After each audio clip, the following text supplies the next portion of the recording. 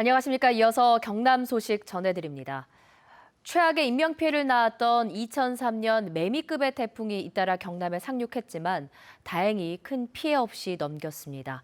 산사태 위험이나 저지대 침수 우려 지역 주민의 대피 명령과 권고를 내린 선제적 대응이 피해를 최소화했다는 평가입니다. 보도에 박기원 기자입니다.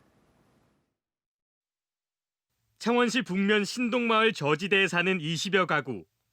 큰 비가 올 때마다 무곡천이 범람해 지난 2016년 태풍 차바와 지난해 태풍 미탁 때도 침수를 피하지 못했습니다.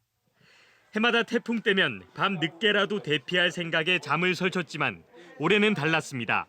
태풍 마이삭에 이어 하이선에 대비해 주민 대피 명령이 내려졌기 때문입니다. 해관에 이제 오면은 여러 사람도 있고 이러니까 집에는 다 잠가놓고 이제 그 이장님 시킨 대로 이제 해관에 모이니까 마음이 좀 편하지요. 마을 주민 대부분이 고령층이어서 태풍이 오기 전 미리 대피하는 것이 중요한 상황. 마을이 다른 마을하고 좀 달라가지고 조금 좀 취약한 이 지역입니다. 저 밑에 두 사람밖에 없어요. 저희도 위에가 남한분이 되다 보니까 거동이 불편하고 그래서. 창원 신동마을은 무릉산 자락에서 내려오는 물이 자주 범람하는 곳입니다. 창원시는 대피 명령을 내려 태풍 위험 지역 주민 110여 명을 긴급 대피시켰습니다. 지난 마이삭 때 경남 전체 3,250명이 집 근처 대피소로 몸을 피한 데 이어 이번 하이선 때는 400여 가구, 600여 명이 안전한 곳으로 미리 대피했습니다.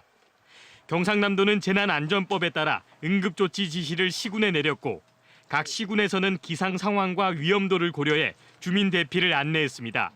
창원시는 하이선 북상 전에는 마이삭 때 내려진 주민 대피 권고에서 한 단계 격상한 주민 대피 명령을 내렸습니다. 기초지자체에서는 재난 업무에 대해서 수행할 수 있는 여건 자체가 좀 미흡했습니다. 시포 태풍에서는 명령으로 시민 생명 존중을 우선했습니다. 창원시는 재난위험 지역을 방문한 다른 지역민에게도 대피소를 안내하는 시스템을 마련하는 등 주민 대피 체계를 확대할 계획입니다. KBS 뉴스 박기원입니다. 경남에서는 태풍 하이선으로 수확기 농작물에 대규모 침수와 낙과 피해가 났습니다. 경상남도 자료를 보면 농업 피해 면적은 747헥타르로 수확기를 맞은 사과와 배의 낙과 피해가 470헥타르에 이르며 벼 쓰러짐 220헥타르, 비닐하우스 파손과 농경지 유실이 5헥타르입니다. 시군별로는 밀양 사과 농장 400헥타르, 진주 배과수원 45헥타르, 고성 참달에 20헥타르입니다.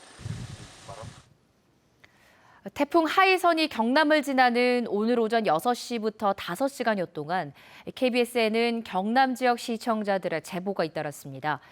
경남의 시청자들이 겪은 위험하고 아찔했던 순간들을 김소영 기자가 정리했습니다.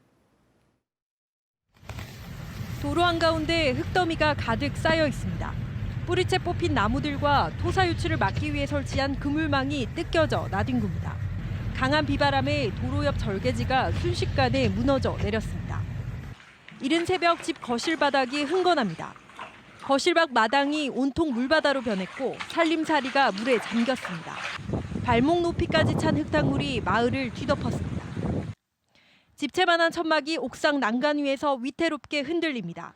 전선에서 강한 스파크가 일면서 천막이 옥상 아래로 떨어집니다. 어머 어떡해. 거대한 가로수가 뿌리채 뽑혀 길 한가운데 쓰러졌습니다. 나무에 깔린 승용차 뒷좌석과 트렁크는 종이장처럼 구겨졌습니다. 자칫 큰 사고로 이어질 뻔했지만 다행히 인명피해는 없었습니다. 밀양 영남루 아래 상설 야외 무대가 온통 물바다로 변했습니다.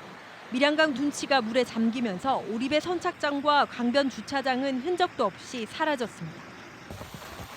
누런 흙탕물이 하천 물줄기를 따라 거세게 쏟아집니다. 폭우에 불어난 하천 교량 위로 차량이 위태롭게 지나갑니다.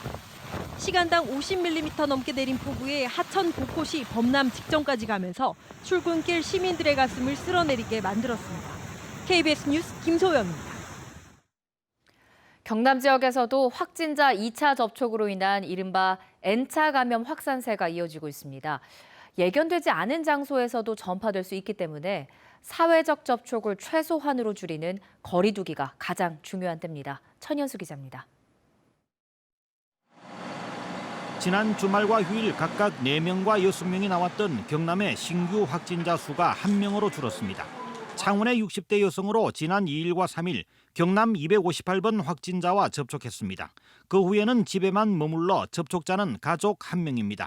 258번 확진자는 지난달 29일 대구의 판매 모임에 참석해 지난 5일 확진됐습니다. 대구 판매 모임에 참석한 경남도민 7명이 모두 확진됐고 2차 접촉자 140명이 검사를 받아 1명이 추가 확진된 것입니다. 9월 확진자 20명 가운데 19명의 감염 경로가 뚜렷하게 확인돼 막연한 불안감은 덜게 됐습니다. 추가 전파를 막는 방법은 사회적 거리두기. 하지만 시군별로 적용 범위가 다릅니다. 불특정 다수가 모이는 방문 판매업 관련은 2차, 3차 전파가 발생한 만큼 창원, 김해, 양산은 전면 집합 금지. 나머지 15개 시군은 불법 유사인 경우 집합 금지입니다. 불법 유사 방문 판매 업체와 관련된 행사에는 참석하지 말아 주십시오. 우리도 말고 타 시도에서 열리는 행사에도 참석하시면 안 됩니다. 모든 시군에 내려졌던 집합 금지는 집합 제한 조치로 완화해 유흥업소와 체육시설 등 12개 고위험군 시설도 영업을 할 수 있게 됐습니다. 하지만 실내 50명 이상 모임은 여전히 금지되고 마스크 착용과 발열 확인, 전자출입명부 작성은 의무화입니다.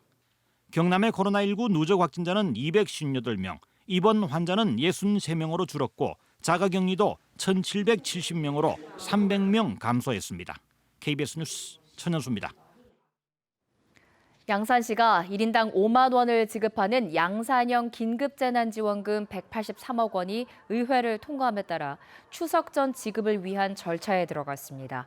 양산시는 주민등록상 양산에 사는 모든 시민과 외국인을 대상으로 1인당 5만 원을 지급하는 긴급재난지원금을 우선 온누리 상품권으로 나눠줄 계획입니다. 코로나19 장기화로 경남에도 대규모 마스크 제조업체가 늘고 있습니다. 창원 국가산업단지에 업체 4-5곳이 마스크 생산에 들어갔거나 입주를 추진하고 있고 마산 자유무역지역에도 한 기업이 200억 원대 투자 의사를 밝혀 협의가 진행되고 있습니다. 또 함안군도 법수 강주 일반산업단지에 마스크 제조 공장 건립 업무 협약을 했습니다. 진주시가 추석을 앞두고 지역에서 화폐처럼 쓸 수 있는 진주사랑 상품권 10억 원어치를 오는 10일부터 10% 할인 판매합니다. 구매는 농협에서 한 사람당 월 50만 원 한도로 살 수 있으며 진주 지역 가맹점 2,800여 곳에서 사용할 수 있습니다. 7시 뉴스 마칩니다. 고맙습니다.